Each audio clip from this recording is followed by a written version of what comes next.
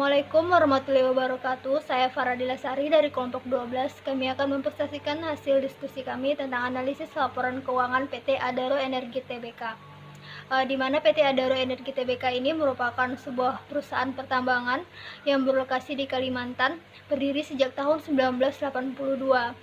Penjualan PT Adaro ini 25%-nya itu untuk konsumen dalam negeri dan 75%-nya itu untuk konsumen luar negeri yang rata-rata berada di wilayah Asia. Di sini kami akan membahas tentang penilaian prestasi perusahaan. Penilaian prestasi perusahaannya itu masuk ke dalam perspektif manajemen. Perspektif manajemen ini digunakan untuk membantu perancangan tindakan manajemen yang akan menentukan kondisi manajemen di masa yang akan datang. Perspektif manajemen ini yang pertama itu ada analisis operasional, yaitu margin bruto dan HPP. Semakin tingginya margin bruto maka semakin baik keadaan perusahaannya tersebut, dan sebaliknya semakin rendah margin laba brutonya, semakin menurun keadaan operasional perusahaannya. Di sini kita lihat untuk PT Adaro Energi ini margin brutonya itu mengalami penurunan yang sangat signifikan dari tahun ke tahun, yaitu dari tahun 2017 sampai ke tahun 2020. Dan penurunan yang sangat signifikan itu terjadi di tahun 2020 di 22,75%. Ini diakibatkan karena penjualan bersihnya yang menurun dan juga laba brutonya yang menurun drastis. Ini dikarenakan adanya pandemi COVID-19, di mana mempengaruhi penjualan untuk konsumen luar negeri PT Adaro ini, karena 75%-nya berada untuk konsumen luar negeri. Ada beberapa negara yang menerapkan aturan lockdown sehingga mengganggu kegiatan ekspor PT Adaro ini. Kita lihat juga di margin labanya, semakin besar margin laba ini, maka kriteria perusahaan akan semakin produktif, sehingga akan meningkatkan kepercayaan investor untuk menanam modalnya pada perusahaan ini. Tapi lagi-lagi untuk PT Adaro ini, margin labanya ini dari tahun ke tahun itu mengalami penurunan, dan penurunan yang sangat signifikan itu terjadi di tahun 2020 di 3,91%. Dan yang tadi saya sebutkan ini diakibatkan oleh penurunannya penjualan dan juga laba bersih setelah pajak di tahun 2020 yang diakibatkan adanya pandemi COVID-19 ini. Baiklah, kita masuk ke perspektif manajemen yang kedua, yaitu ada analisis beban operasi. Dalam analisis beban operasi ini, semakin besar persentase rasio, semakin tidak efisien manajemen dalam mengelola beban operasi. Kita lihat pada tabel untuk PT Adro ini, beban operasinya itu semakin tahun semakin meningkat, menunjukkan bahwa kurang efektifnya PT Adro ini untuk mengelola beban operasinya, dan meningkat secara signifikan itu di tahun 2020 di 11,51%. Selanjutnya itu analisis kontribusi. Rasio ini digunakan oleh manajer untuk meningkatkan prosedur dan kinerja internal dalam produksi barang.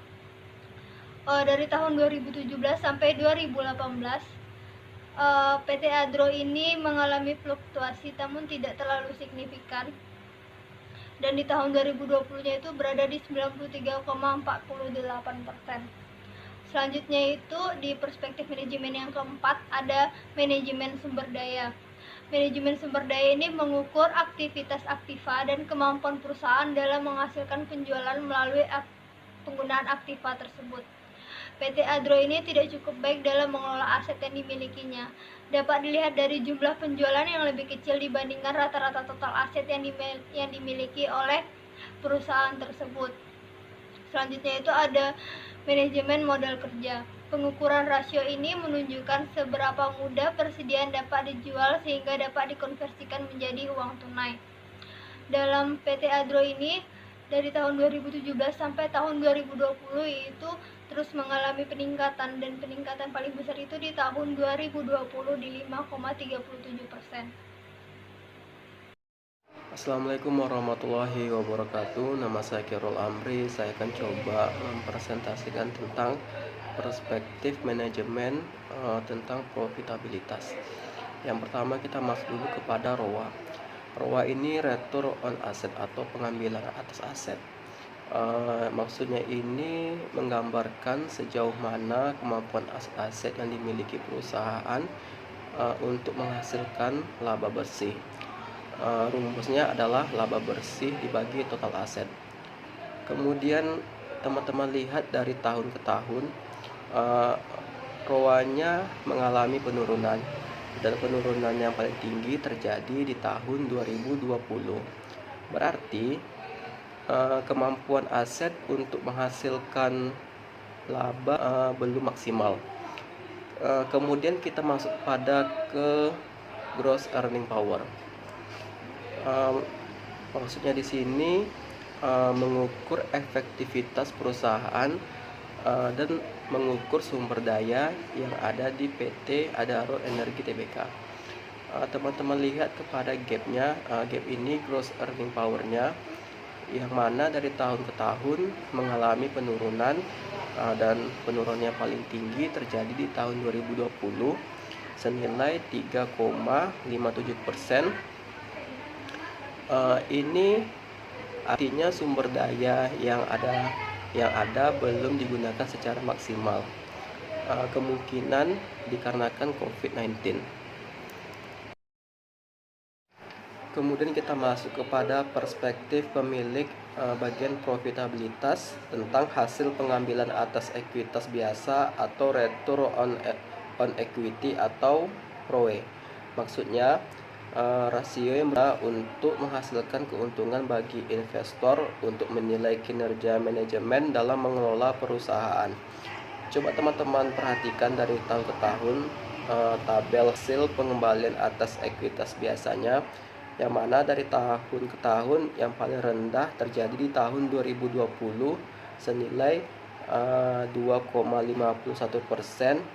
Berarti kinerja manajemennya mengalami penurunan dan berakibat penurunan keuntungan bagi para investor. Kemudian kita masuk kepada hasil pengembalian atas kekayaan aset. Coba teman-teman perhatikan tabelnya tentang hasil pengembalian atas kekayaan aset, yang mana di tahun 2020 penurunannya terjadi signifikan, yaitu 1,55%. Kemudian kita masuk kepada laba per lembar saham atau per share. Ini merupakan keuntungan perusahaan dalam suatu periode untuk setiap jumlah saham yang beredar. Coba teman-teman lihat tabelnya, yang mana mengalami inkonsisten atau penurunan, berarti performanya malah menurun. Hal ini sangat penting untuk teman-teman karena sebagai acuan untuk mempertimbangkan mau atau tidaknya berinvestasi di PT tersebut atau PT Adaro Energi Tbk. Sekian presentasi dari saya. Selanjutnya kepada Yan Putra, dipersilakan. Saya Yan Putra, saya akan melanjutkan penjelasan dari Khairul Amri, yaitu perspektif pemberi pinjaman. Yang pertama itu ada likuiditas. Nah, kita bisa lihat di tahun 2017 aktiva lancarnya itu 1.979.162 dan kewajiban ancarnya itu 773.302 dan current ratio-nya 2,56. Dan 2018 sampai 2020-nya teman-teman bisa lihat di tabel. Nah, di sini menunjukkan current ratio-nya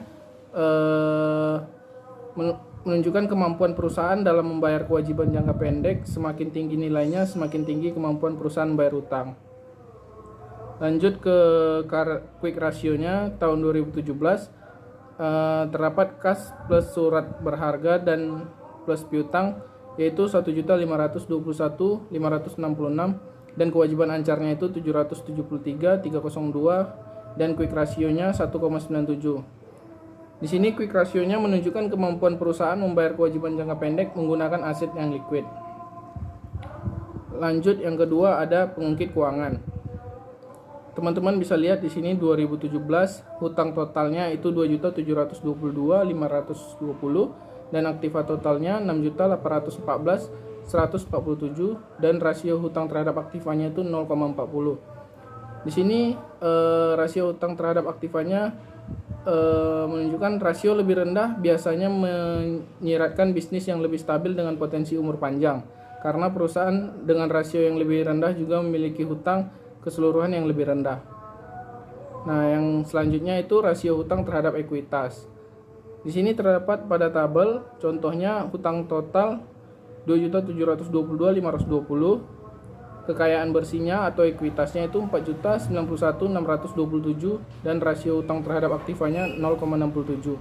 Sini menunjukkan rasio hutang terhadap ekuitas mengukur kemampuan perusahaan dalam membayar hutang yang dimilikinya terhadap kekayaan bersih yang dimilikinya.